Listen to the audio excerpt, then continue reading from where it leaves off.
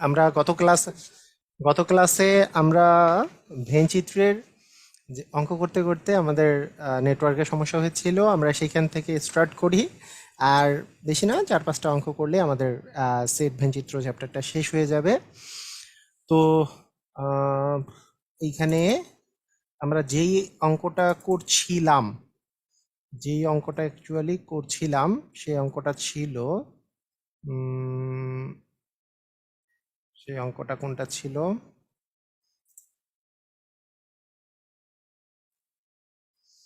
আচ্ছা,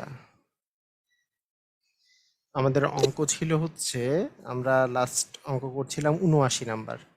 আচ্ছা, ওকে, তাহলে ৭৯ নাম্বারে আমরা চলে যাই। ওকে, এই যে ৭৯ নাম্বারে এইভাবে করে দেয়া ছিল। তো এই অঙ্কটা যে আমরা করছিলাম, এটা অঙ্কের খুবই সুন্দর একটা অঙ্ক। তো প্রথমত আমি যদি বলি, এই অঙ্কের মধ্যে যেই জিনিসগুলো দেয়া আছে, একটা হচ্ছে এই পোর্শনটা এই যে এইখানে যে পোর্শনটা আছে, এই পোর্শনটার একটা ভ্যালু দেয়া আছে।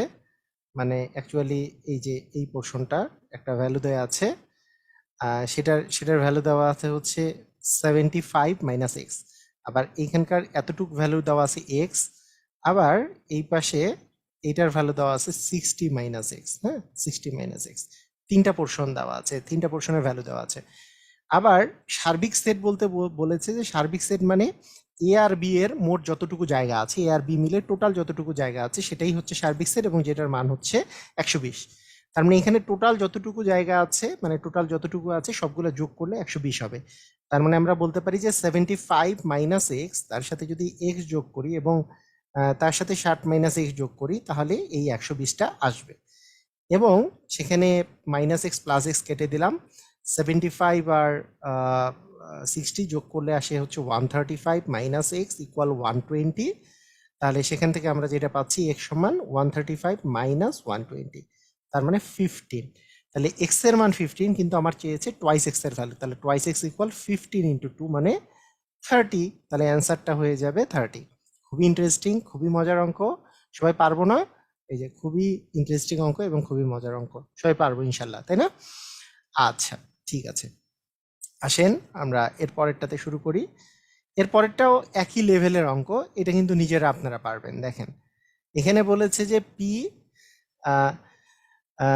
ইউ মানে হচ্ছে পি বাদ পি ইউনিয়ন হচ্ছে কিউ, মানে পুরাটা মিলে হচ্ছে, এবং এন ইউ মানে হচ্ছে 90, মানে পুরাটা মিলেই হচ্ছে আমাদের ইউ সার্বিক সেট, এবং সেটার মান হচ্ছে 90। আগের মতো করে আমরা এক্স এর ভ্যালু বের করে ফেলতে পারবো।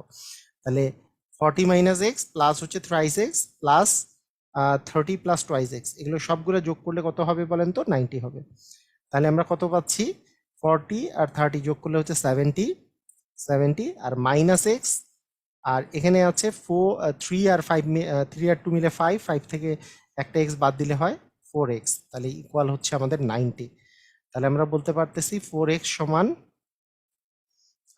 এখানে কি আসতেছে,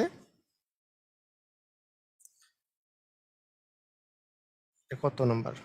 80 নাম্বার না? হ্যাঁ, তাহলে 40 - x plus thrice x plus 2x, তার মানে আমরা কত পাচ্ছি যে, আচ্ছা এটা তো +4x হবে। হ্যাঁ, এটা হচ্ছে 3x আর 2x মিলে 4x, 4x থেকে একটা x বাদ দিলে +4x।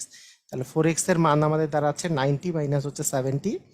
তাহলে সেখানে আমরা পাচ্ছি যে 4x সমান হচ্ছে 20। তাহলে x এর মান কত বলেন তো? 20/4 মানে 5। তাহলে x এর মান আমরা 5 পেলাম। হ্যাঁ, x এর মান 5 পেলাম। এখন আপনাকে যদি আমি বলি যে p বাদ q এর মান কত? p বাদ q মানে কি? যে শুধু এই যে p বাদ q, এইটুক মিলে কিন্তু p। আচ্ছা, আর পি থেকে যদি কিউটা বাদ দিই, তাহলে মানে যেই অংশটা কিউ এর মধ্যে পড়ছে, কমন অংশটাকে আমাকে বাদ দিতে হবে। পি এর মধ্যে কোন অংশটা কমন আছে? এই অংশটা কমন আছে, এইটাকে বাদ দিতে হবে। তাহলে এইটুকে বাদ দিলে আমার আসলে থাকে কি, কোনটুকু অংশ? তাহলে পি বাদ কিউ মানে হচ্ছে এই অংশটা, সেই অংশটার মান কত? 40 - x। তার মানে পি বাদ কিউ মানে হচ্ছে 40 - x। তাহলে 40 - x এর ভ্যালু হচ্ছে 5, তার মানে আসবে হচ্ছে 35। অ্যান্সার হচ্ছে 35। ক্লিয়ার? এইভাবে করে মানে আমি এক এক করে কোশ্চেনগুলো যখন বুঝাই দিচ্ছি, একেবারে পুরা ক্লিয়ার হয়ে যাওয়ার কথা। টোটাল ভ্যালুটা দেওয়া আছে হচ্ছে আমাদের 90, তাই এইটা প্লাস এইটা প্লাস এটা ইকুয়াল 90, সেখান থেকে এক্স এর ভ্যালু বের করেছি। আর পি বাদ কিউ মানে পি মানে এইটুক, আর বাদ দিলে হচ্ছে কমনটা বাদ পড়ে, তাহলে কমন পি আর কিউ এর মধ্যে কমন এটা, তাহলে পি থেকে এইটুক বাদ দিলে আমাদের থাকে এই যে 40 মাইনাস এক্স, এই রিজনটা। ঠিক আছে, ক্লিয়ার? আচ্ছা ঠিক আছে। এখন এইবার যে অঙ্কটা আমরা করব, এই টাইপের অঙ্ক আমরা শতকরাতে করে আসছি। এখন যে অঙ্কটা করব এই টাইপের অঙ্ক আমরা কিসে করে আসছি বলেন তো? শতকরায় করে আসছি। হ্যাঁ, শতকরায় করে আসছি। তো এই যে শতকরায় যে করে আসছি, সেই অঙ্কটা আমরা এখন অনেকগুলো প্রসেসে আমরা একটু মানে আমরা শতকরায় যেভাবে করে করেছিলাম সেটাকে আমি বলি যে ফেল করার বিষয় বলছে, যে কেউ ইংরেজিতে ফেল করেছে 52%, আর 42% গণিতে ফেল করেছে। উভয় বিষয়ে ফেল, তাহলে উভয় বিষয়ে ফেল আছে, আবার এই দুটাতেও ফেল আছে। তাহলে আমি বলেছিলাম যে মোট ফেল মানে একটি বিষয় বা উভয় বিষয়ে মোট ফেল।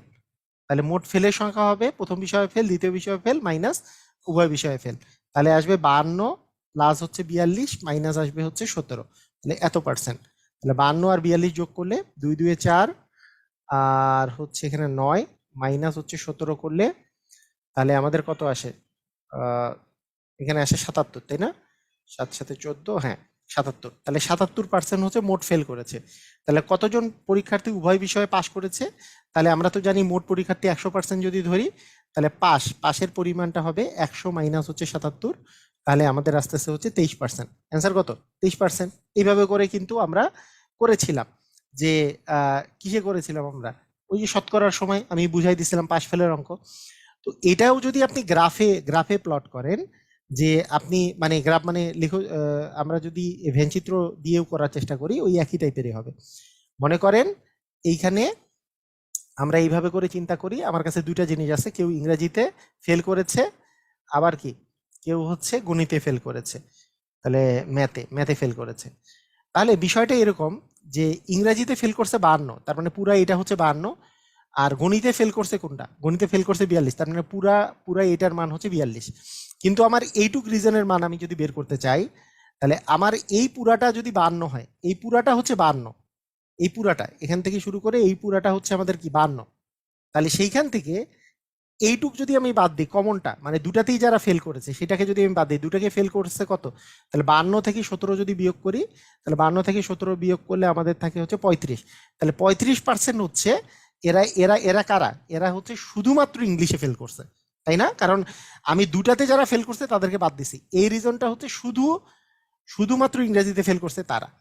আচ্ছা, দুটাতেই ফেল করছে কতজন? 17%, এটা হচ্ছে 17%। শুধুমাত্র ম্যাথে ফেল করছে কতজন? তাহলে এই যে ম্যাথে টোটাল ফেল করছে 42, তার মধ্যে উভয় বিষয়ে ফেল করছে হচ্ছে 17, এইটুক পোর্শন যদি বাদ দিই তাহলে এই পোর্শনটা হচ্ছে শুধু ম্যাথে ফেল করার পোর্শন। সেটা হচ্ছে আমরা যদি 42 থেকে 17 বিয়োগ করি তাহলে পাবো হচ্ছে 25%। ঠিক আছে, ক্লিয়ার? তাহলে এখন এই যে এগুলো হচ্ছে ফেলটুস পার্টি সবাই, মানে কেউ দুটা বিষয়ে ফেল করছে, কেউ একটা বিষয়ে ইন্ডিভিজুয়াল বিষয়ে ফেল করছে। তাহলে মোট ফেল করলো কত? তাহলে আমরা বলতে পারি 35 প্লাস 17 প্লাস হচ্ছে 25।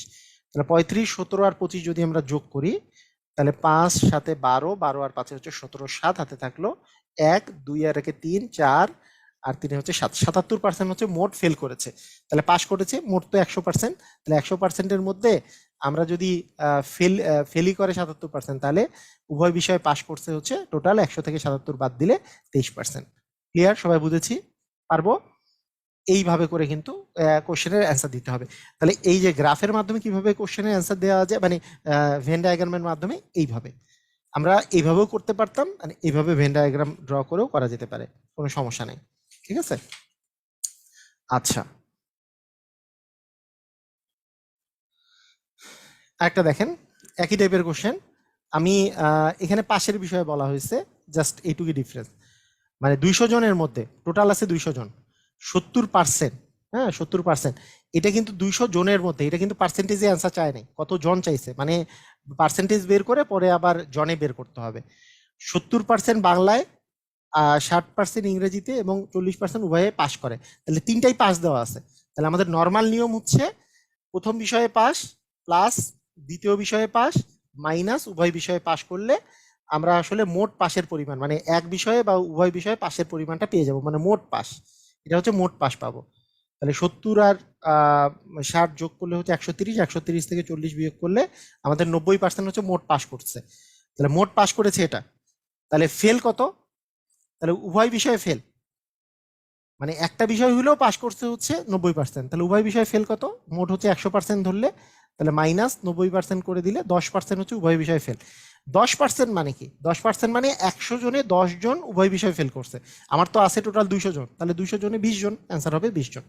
অথবা আমরা বলতে পারি যে মোট যেহেতু 200 জন, তাহলে 200 এর 10% হচ্ছে উভয় উভয় বিষয়ে ফেল, উভয় বিষয়ে ফেল করছে হচ্ছে এটা। পার্সেন্টেজে পাইছি 10%, কিন্তু আমার যদি সংখ্যাতে বলি তাহলে 200 ইন্টু 10/100 কাটাকাটি করলেও ওই 20 আসবে, তাহলে 20 জন উভয় বিষয়ে ফেল করেছে।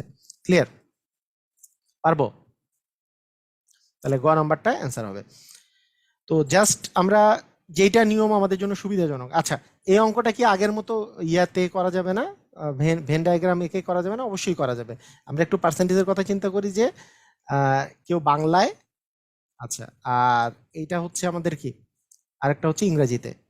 ইংরেজিতে কি করছে? পাস করছে। আচ্ছা, পার্সেন্টেজের কথাতে আগে আসি।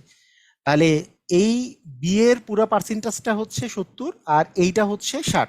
কিন্তু আমি যদি এইটুক বের করতে চাই, শুধু বি জন, মানে বি মাইনাস ই, শুধু বি, শুধু বাংলায় পাস করছে কতজন, তাহলে কি এই টোটালটা মিলে হচ্ছে আমাদের 70%।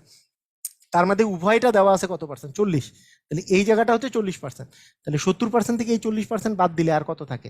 এইটুকু হচ্ছে 30% থাকে। তাহলে শুধু বাংলায় পাস করছে 30%। আবার ইংরাজির বিষয় 60% পাস করছে, কিন্তু তার মধ্যে উভয় বিষয়ে পাস করছে হচ্ছে 40%। তাহলে পুরাটা মিলে 60, তার মধ্যে উভয়টা এতে পড়ছে হচ্ছে 40, তাহলে আর বাকি থাকলো কত? 20% হচ্ছে শুধু ইংরেজিতে পাস করছে।